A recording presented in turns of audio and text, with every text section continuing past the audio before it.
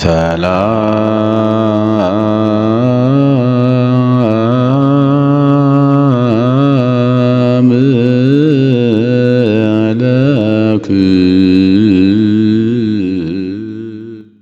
በስመ አብ ወወልድ ወመንፈስ ቅዱስ አሐዱ አምላክ። በመላው ዓለም የምትኖሩ የእግዚአብሔር ቤተሰቦች ሁላችሁም በያላችሁበት ምድር ዳርቻ እንደምን አላችሁ? እንደምን ከረማችሁ? እንደ እግዚአብሔር መልካም ፈቃድ ዛሬም የብሉይ ኪዳን ተከታታይ ትምህርታችንን ነው የምንማማረው።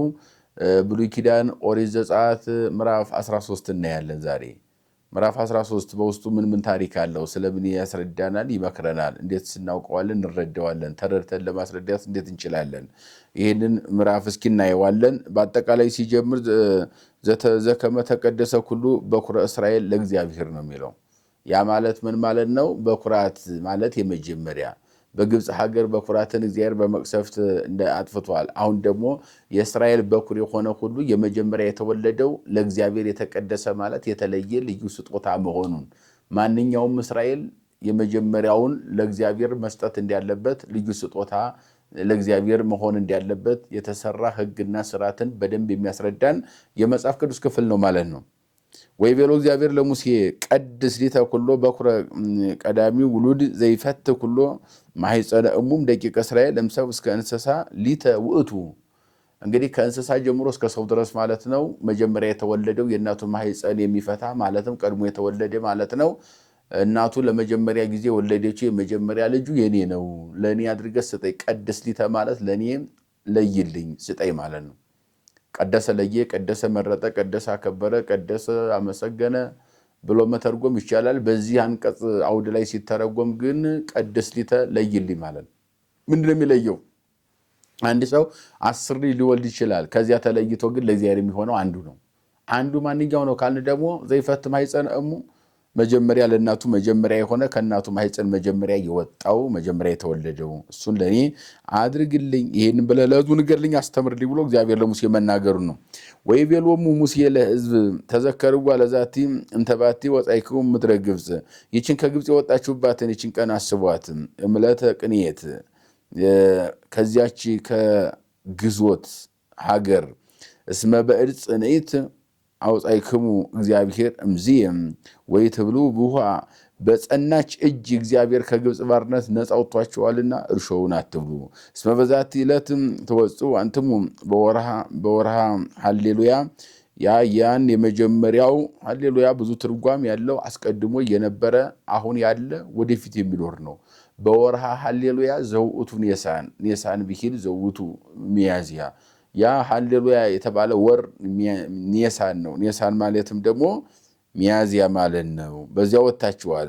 ወመወሰድክሙ እግዚአብሔር ውስተ ምድረ ከነዓን፣ ወደ ከነዓን እግዚአብሔር ቢወስዳችሁ ኬጢያውያን፣ ፌርዛውያን፣ ኢያቡሳውያን የሚባሉ በአጠቃላይ 7 የአሞራውያን ነገዶች ናቸው። ማለትም የአሕዛብ ነገዶች አሞራውያን፣ ኬጢያውያን፣ ኢያቡሳውያን፣ ፌርዛውያን የሚባሉ እነኚህ ለዘመናት የእስራኤልን ምድር ወርሰው የነበሩ ሰፍረው የነበሩ የአሕዛብ ነገዶች ናቸው።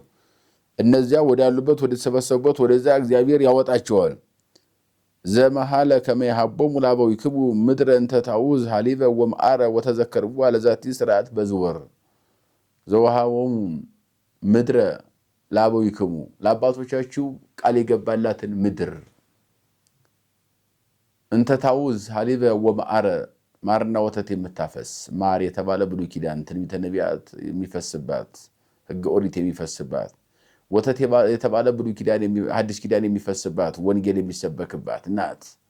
እርሷ ተዘከርዋ በየት ዕለት፣ ያችን ሁል ጊዜም በዚች ቀን እሷን አስቧት፣ ስርዓት አድርጋችሁ ስሯታል።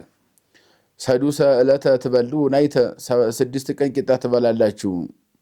ወሳቢት ዕለት በዓሉ ለእግዚአብሔር፣ 7ኛው ግን የእግዚአብሔር በዓል ነው፣ የእግዚአብሔር በዓል ነው።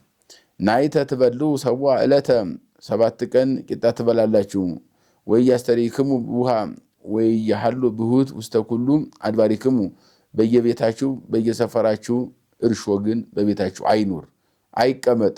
ወተዜንዎ ለወልድከ በኢቲ ዕለት ወትብሎ ልጅን በዚህ ዓለት እንዲህ ብለህ ትነግረዋለህ ታስተምረዋለህ። በእንተዝ ገብሮ እግዚአብሔር ሊተ አመወጻይ ኩምድረ ግብፅ ከግብፅ ሀገር ከወጣው በኋላ እግዚአብሔር የሰራው ሕግ ነው። የንግ ወቅና ተረዳና ተረድተ ኑር ብለህ ለልጅ ትነግረዋለህ።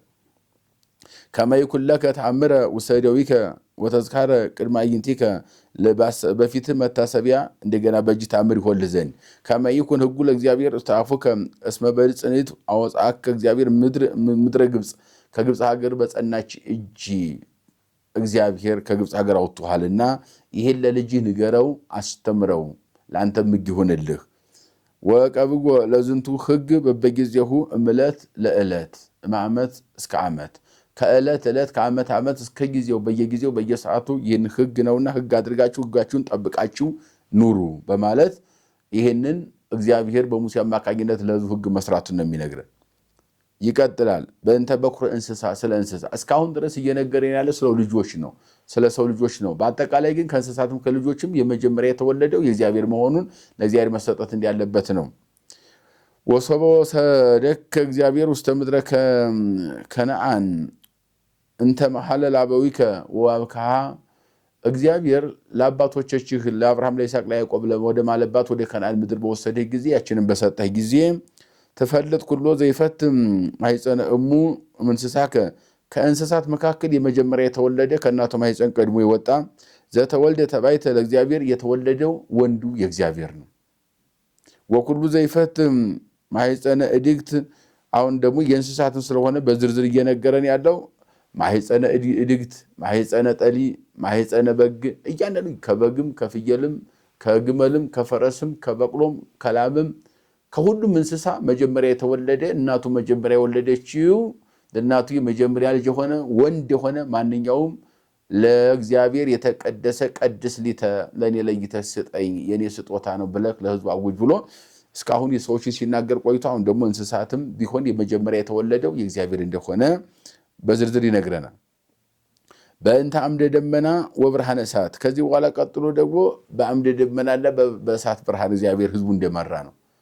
በነቢየ እግዚአብሔር ቅዱስ ዳዊት በመዝሙረ ዳዊት መዝሙር 77 ቁጥር 14 ላይ መርሆሙ መዓልተ በደመና ወኩሎ ሌሊተ በብርሃነ እሳት ሌሊት በብርሃን አምድ ምሰሶ ተክሎ ጨለማው እንዳይውጣቸው ገደል እንዳይገቡ እንቅፋት እንዳይመታቸው ጫካ ውስጥ እንዳይገቡ እንዳይንገላቱ የብርሃን አምድ ምሰሶ ተተክሎላቸው ይጓዙ ነበረ። መዓልተ በደመና ቀን ደግሞ ዋየ ፀሐይ እንዳያቃጥላቸው ከታችም ደግሞ ያሸዋው ግለት እንዳያቃጥላቸው 7 ደመና ተገርዶላቸው ነበረ። ይህንን የዳዊት የተወሰደው እዚህ ነው። ወሰው ፈነው ፈርዖን ለሕዝብ ፈርዖን ሕዝቡን በለቀቃቸው ጊዜ ይመርሆሙ እግዚአብሔር ፍኖተ ፍልስጤም እስመ ቅርብት ይእቲ እስመ ይቤ እግዚአብሔር ወጊ ይኔስ እምቀመ ርየ ቀትለ ወይገብ ውስተ ግብፅ እነሆ ቅርብ ነበረች፣ ነገር ግን ፈጥኖ አልመራቸውም። እስመ ይቤ እግዚአብሔር ወጊ ይኔስ እምከመ ርየ ቀትለ ይገብ ውስተ ግብፅ እነሆ ጥላት በመጣ ጊዜ ጥላት ሲመጣ ያንን ባየ ጊዜ ፈጥኖ ወደ ግብፅ ተመልሶ እንዳይሄድ ዋገቶሙ እግዚአብሔር ለሕዝብ ላይ ለፍኖተ ሐቅለ ባሕረ ኤርትራ ከዚያም በኋላ እግዚአብሔር ሕዝቡን በኤርትራ ባሕር አጠገብ በዚያው አስቀመጣቸው በውሃ ከቦም። ወበ5 ትውልድ አርጉ ደቂቀ እስራኤል እምድረ ግብፅ በአምስተኛው ትውልድ ግን ከግብፅ ሀገር ነፃ ወጡ እስራኤላውያን። ወነሳ ሙሴ አይጽምቲሁ ለዮሴፍ ምስሌሁ እስመ መሐላ አማሎሙ ለደቂቀ እስራኤል ወይቤሎሙ አማሐውጾ ይሄውፀክሙ እግዚአብሔር ንስኡ አይጽምትዬ ወአምፁ ምስሌክሙ እምዜ። በጣም የሚገርም ታሪክ ነው በእውነቱ። ይሄ ያ መጀመሪያ በስደት መጀመሪያ በሄዱበት ጊዜ 75 ነፍስ ነው ምዕራፍ 1 ላይ እንዳይህ ነው። ወደዚያ ተስፋ አድርገው የሄዱት በግብፅ ሀገር እህል እናገኛለን ነው። ሲሄዱ ግን ሽጠውት ሞተ ብለውት የነበረው ወንድማቸው አገር መሪ ሆኖ ከፈርዖን ምክትል ሆኖ አገር እየመራ አግኝቷቸው በዚያ ተቀብሎ ሽጠውኛልና ልሽጣቸው፣ አሳልፈው ሰጥተውኛል አሳልፌ ልስጣቸው፣ አውሬ በላው ክፉ አውሬ በላው ብለው ለአባቴ ነግረውታልና እኔም አውሬ በላቸው ብዬ ለአውሬ ልስጣቸው ሳይል ሁሉን ነገር ትቶ ተቀብሎ አስተናግዶ በፈርዖን ቤት ውስጥ በቤተ መንግስት በክብር እንዲኖሩ እነ ራምሴን እነ ፏን የመሰሉ የለመለመ መስክ ያላቸው የረፍት ውሃ ያላቸው ቦታዎች ሁሉ ሰጥቶ በዚያ ከፈርዖን ጋር ተነጋግሮ እንዲኖሩ ርስት ያደረጋቸው ዮሴፍ አርጅቶ በሚሞትበት ጊዜ አንድ ቃል አስገብቷቸው ነበረ። እኔ አርጅቻለሁ፣ አሁን የምሞትበት ጊዜ ደርሷል፣ ታላላቆቻችን ሁሉ ይሞታሉ። ግን አደራ የምነግራችሁ ነገር ቢኖር በዚህ እኔ ሙቼ ተቀብሩኛላችሁ በግብፅ ሀገር ስትወጡ ያን ጊዜ አማሐውጾ ይህውጠክሙ እግዚአብሔር መጎብኘትን እግዚአብሔር በጎበኛችሁ ጊዜ እንደው አማሐሎሙ ነው የሚለው መሐላ ቃል አስገባቸው። እግዚአብሔር በጎበኛችሁ ጊዜ ወደ ርስታችሁ ወደ ሀገራችሁ ስትመለሱ የአባቶቻችን ምድር ከነዓን ስትገቡ ማርና ወተት ብሉይና ሐዲስ የሚፈስባት ምድር ወደዚያ በገባችሁ ጊዜ አጥንቶችን ከመቃብር አውጥታችሁ ወስዳችሁ በዚያው በአባቶቻችን ርስት እንድትቀብሩ ብሎ ቃል አስገብቷቸው ነበር። ወግዙ ደቂቀ እስራኤል እምሰኮት ወሃደረ ውስተ ኦቶም ዘመንገለ በዱ ኦቶም በሚባል በምድረ በዳ ወደዚያው የዮሴፍን አጽም አውጥተው ይዘው ወደዚያ ማደር ጀመሩ። ወእግዚአብሔር ይመርሖሙ መዓልተ በደመና ወኩሎ ሌሊተ በብርሃነ እሳት። ቅድም እንዳልነው ቀን ቀን በደመና ማታ ደግሞ በእሳት ብርሃን ወይም በብርሃን አምድ ይመራቸው ነበረ። ወይ ሰሰለም አምደ ደመና መዓልተ የሌሊቱ ወይ አምደ እሳት ሌሊተ። ያ ማለት ግን ቀን ብርሃን የለም ማለት አይደለም። በብርሃን አምድ ይመራቸው ስንል ሌሊት የነበረው የብርሃን አምድ ቀንም ነበረ። ቀን ይመራቸው የነበረ ደመና ሌሊትም ብርሃን ተሞልቶ የክብር ደመና ነበረ። እንደዚህ አድርጎ ህዝቡን እግዚአብሔር እየመራ ይዟቸው መውጣቱን በዝርዝር የሚናገር መጽሐፍ ቅዱስ ክፍል ነው። በነገራችን ላይ የታዘዘላቸው 7 ደመና ነው። 2 ደመና በግራ በኩል 2 ደመና በቀኝ በኩል ጠላት እንዳያያቸው፣ በአንጻሩም እንደገና ጠላት እንዳያቸው ብቻ አይደለም የተወረወረም ጦር ቢኖር ጦር የሚመልስ እንደ ግድግዳ እንደ ድንጋይ የቆመ ደመና ነበር የታዘዘላቸው። 4 ደመና በግራና በቀኝ ያጅባቸዋል፣ ዋይ ፀሐይ ያቃጥሏቸዋልና ከላይ አንዱ ደመና ያጠላላቸዋል። አንዱ ደመና ደግሞ ከምድር እሾህ ወጋን፣ እንቅፋት መታን፣ አሸዋው ግለት ዋይ አቃጠለን ብለው ነበርና እሱ ደግሞ ይነጠፍላቸዋል። በጫማ ላይ እንደ ደመናን እንደ ጫማ ተጫምተው አቧራ እንኳን ሳይነካው ነው 40 ዘመን የተጋዙ ጫማቸው ማለት ነው። ስለዚህ ይሄ 6 ደመና ነው። 7ኛው ደመና የ7 ቀን ጎዳና ጫካ እየመነጠረ እየጠረገ መንገድ ያስተካክልና ያዘጋጅላቸው ነበረ። በእንዲህ አይነት መንገድ እግዚአብሔር ህዝቡን መምራቱን በዝርዝር የሚነግረን የመጽሐፍ ቅዱስ ክፍል ነው። ኦሪት ዘጸአት ምዕራፍ 13 ይነግረናል።